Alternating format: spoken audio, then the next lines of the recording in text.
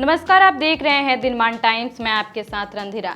अफगानिस्तान में चल रहे संकट के बीच कई एक देश जो हैं लगातार चिंतित हैं और अपने नागरिकों को स्वदेश लाने में जुटे हुए हैं। हालांकि अमेरिका का वही हाल हुआ है जो एक जमाने में रूस का हुआ था। और हामिद करजई जो कि इस वक्त तालिबान से मिलकर सत्ता बनाने की पेशकश में जुटे हुए हैं, उनके कार्यकाल में भी तालिबान पे कार्रवाई हुई थी। अब भारत को किस तरीके से अमेरिका को सीख लेनी चाहिए, इन तमाम सवालों का जवाब जानने के लिए देखिए प्रशांत कुमार की ये खास रिपोर्ट। अफगानिस्तान के लिबरल उदारवादियों की किस्मत हमेशा खराब रही है। अफगानिस्तान में जिन लोगों ने रूस का साथ दिया था, उन्हें उनके हाल पर रूस छोड़ गया था। आज अमेरिका ने वही किया जो किसी ज़माने में रूस ने किया था। जिन अफगानियों ने अमेरिका के साथ स्ट्रेटजिक पार्टनरशिप की, उन्हें तालिबान की मर्जी पर अमेरिका छोड़ गया है।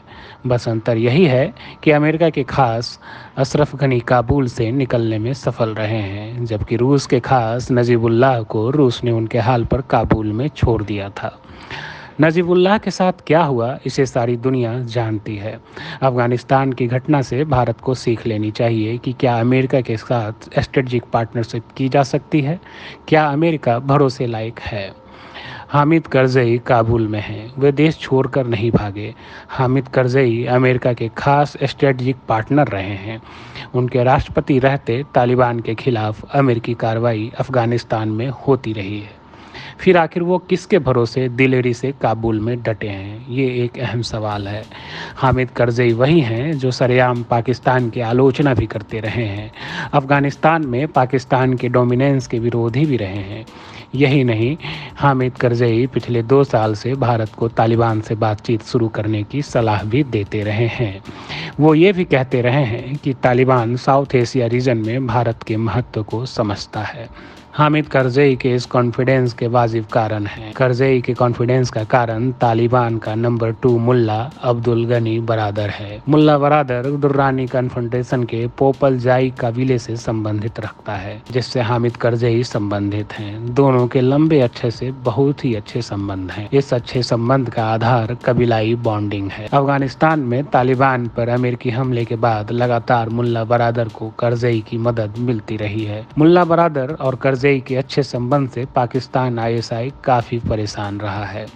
दरअसल करजई और मुल्ला बरादर के मधुर संबंध से नाराज पाकिस्तान ने 2010 में बरादर को गिरफ्तार कर जेल में डाल दिया था। 8 साल जेल में रहने के बाद अमेरिकी प्रेशर में बरादर को पाकिस्तान ने जेल से रिहा किया था। अफगानिस्तान सरकार और तालिबान के बीच चल रहे दोहा वार्ता में बरादर ही अभी तक महत्वपूर्ण भूमिका निभाता रहा है। बरादर के साथ ही चीन का एस्टेब्लिशमेंट बात कर रहा है। रूस भी बरादर से ही बात कर रहा है। तालिबान के संस्थापक सदस्यों में से एक मुल्ला बरादर तालिबान के चीफ रहे मुल्ला उमर का करीबी रिश्तेदार भी है। अब चूंकि अफगानिस्तान में तालिबान आ चुका है, मुल्ला बरादर की तालिबान शासन में भूमिका महत्वपूर्ण होने वाली है। मुल्ला उमर तालिबान के उन लीडरों में शामिल है जो पाकिस्तान से स्वतंत्र होकर अफगानिस्तान को चलाना चाहता है। अफगानिस्तान और पाकिस्तान की सीमा रेखा डूरंड लाइन का भी विरोध करता रहा है। ऐसे में पाकिस्तान मुल्ला बरादर के बराबर हक्कानी नेटवर्क के सिराजुद्दीन हक्कानी को खड़ा रखेगा, जो पाकिस्तानी एस्टेब्लिशमेंट के बेहद नज़दीक है। पाकिस्तान को पता है कि हामिद करजई भारत के नज़दीक हैं और मुल्ला बरादर करजई के नज़दीक। चीन तालिबान के प्रति काफ़ी सॉफ्ट है, पर अंदर से परेशान है।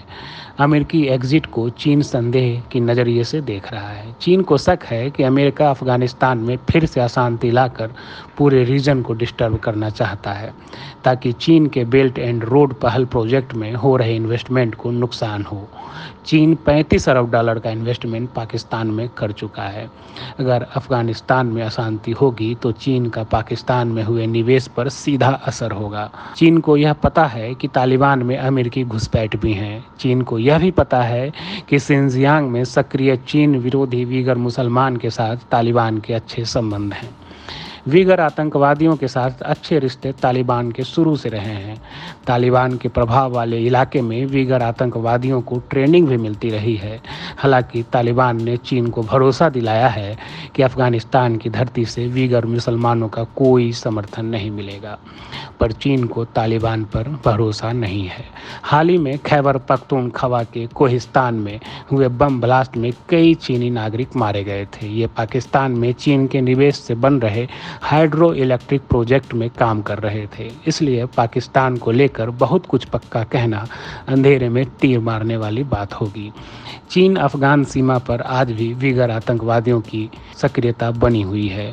बात समझने की है कैसे बड़े देश छोटे और मासूम देश के नागरिक का फायदा उठाते हैं।